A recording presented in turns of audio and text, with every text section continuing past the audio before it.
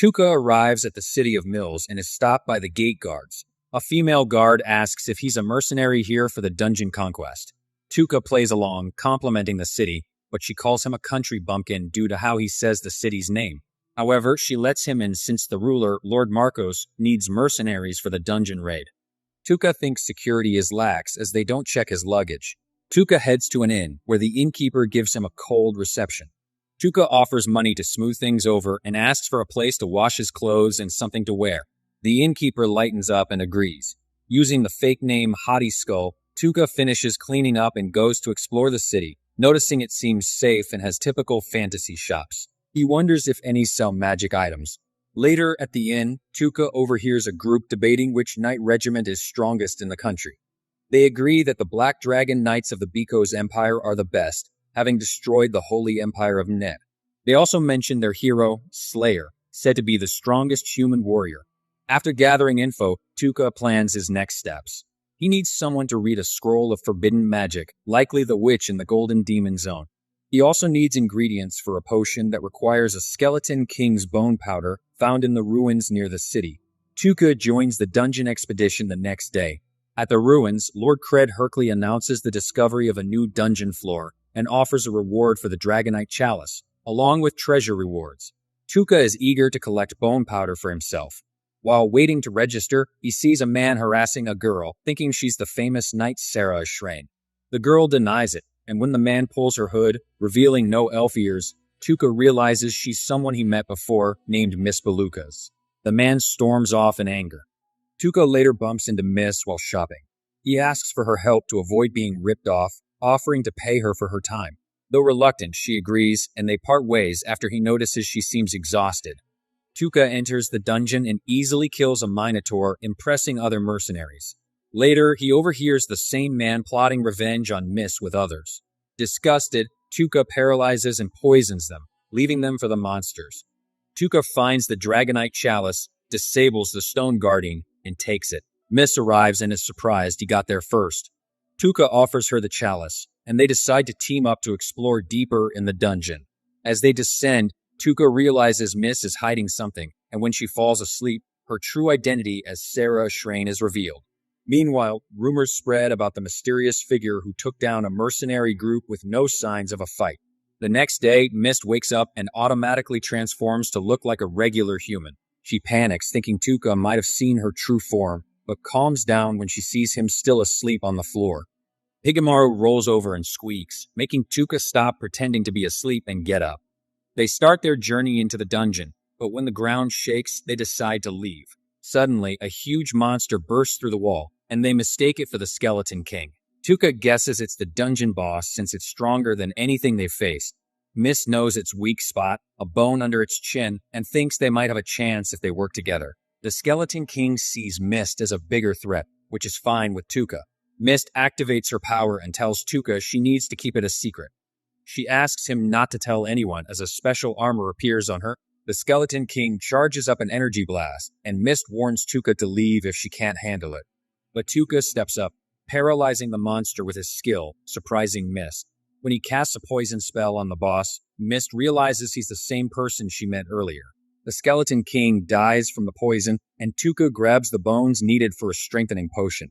Mist has a lot of questions, but Tukur promises to answer them later. As they leave, Pigamaru alerts Tukur to something inside the Skeleton King's body. Tukur finds a glowing bundle inside its chest containing a strange egg, which he decides to keep. Meanwhile, Tukur's classmates face their own dungeon challenges, barely escaping from monsters. Ayaka, a student, stands her ground to fight but is saved by Shobo and Kiri.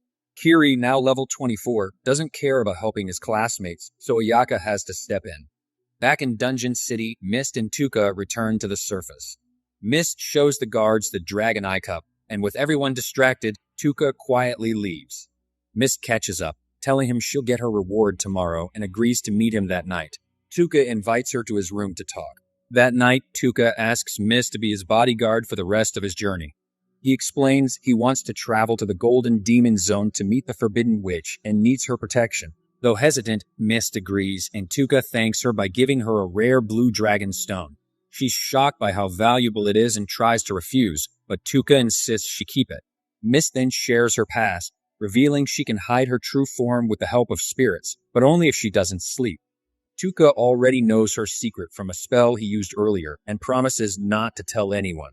The next day at breakfast, rumors spread about Mist spending the night in Tukur's room. Tukur brushes it off and asks her about forbidden spells. Mist explains that the goddess Ischias banned them because they're dangerous. Tukur thanks her, and Mist blushes, happy to receive his appreciation. Later, Mist attends a noble's party, feeling out of place. The Lord announces a magician who can break illusions, and Mist worries her true form might be exposed. Meanwhile, Ayaka visits the goddess Isias to ask for help with a classmate's injury. The goddess pressures Ayaka into leading a group of students, even though Ayaka feels unprepared. Tukur, concerned for Mist's safety, hears rumors about her being an elf princess and heads to find her. 3 dragon knights attack Mist in the forest, but she manages to defeat them, though exhausted. Just when she's about to be overpowered by a stronger knight, Tukur arrives and saves her. Mist tells Tukur she can't accept his job offer anymore because being with her puts him in danger. But Tukur insists, throwing a pouch of dragon stones at her and asking her to stay as his bodyguard. Tukur explains to Sarah that he asked her to change her outfit because people in Mills had seen her in it, and apologizes for making her think otherwise. Embarrassed for misjudging his intentions, Sarah reminds him they haven't confirmed their agreement. Tukur suggests she seek refuge with the Witch of Taboo, mentioning that no one has ever found her hideout. Since he's heading to the land of the golden-eyed monsters, their paths align. Curious, Sarah asks why Tukur is helping her. Tukur reveals that she reminds him of his aunt, even though they look and act differently. He admits that abandoning Sarah would feel like abandoning his aunt, showing her his true kindness. Meanwhile, the poison dragon dies, but it doesn't level him up. Tukur then releases Gizem's paralysis, warning him to speak honestly. Gizem taunts Tukur, claiming the Black Dragon Knights will hunt him down. But before revealing more, Gizem is killed by a lance thrown from the sky. The Black Dragon Knights, led by Civic Gartland, the strongest knight of humanity, land nearby.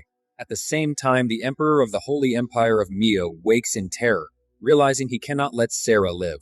He is tormented by the idea of her with another man, and vows to have her erased from existence. In the forest, Sarah learns her former emperor wants her dead. Civic explains that the emperor ordered her execution because her survival prevents him from finding peace. Sarah is stunned, but Civic offers her a duel, eager to test her spirit regalia. Just as the duel is about to begin, Civic becomes more interested in Tukur, sensing something unusual about him. Tukur boldly reveals he is a hero summoned by the goddess, shocking everyone. He claims to have been granted the freedom to act independently, intriguing Civic, who is always searching for a worthy opponent. Impressed by Tukur's audacity, Civic agrees to let him live, hoping for a future battle. When Civic turns to deal with Sarah, Tukur intervenes, saying he needs her to survive the land of the golden-eyed monsters. Amused, Civic agrees to spare Sarah as well. But as the knights leave, Tukur strikes, paralyzing and poisoning them all. Civic struggles to fight back, but eventually succumbs to the poison. With the Black Dragon Knights defeated, Tukur reassures Sarah that she can now move forward safely. Grateful, Sarah asks about his softened demeanor, and Tukur explains he's thinking of someone gentle from his past.